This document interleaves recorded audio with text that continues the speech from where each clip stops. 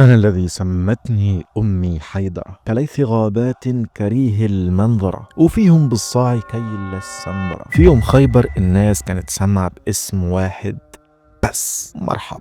فارس لابس حديد ومتغطي بالدروع واقف يتباهى بقوته، كأنه بيقول مفيش حد يقدر يقرب. في اللحظة دي طلع له علي بن أبي طالب، مش بيصرخ ومش بيهدد، بس ثابت، وقال له: أنا الذي سمتني أمي حيدرة، كليث غابات كريه المنظرة، وفيهم بالصاع كيل السندرة. يعني مش طالع أتعارك، أنا طالع أعرفك أنا مين. مش اسم حرب، ده اسم اتولد معاه، اسم أسد.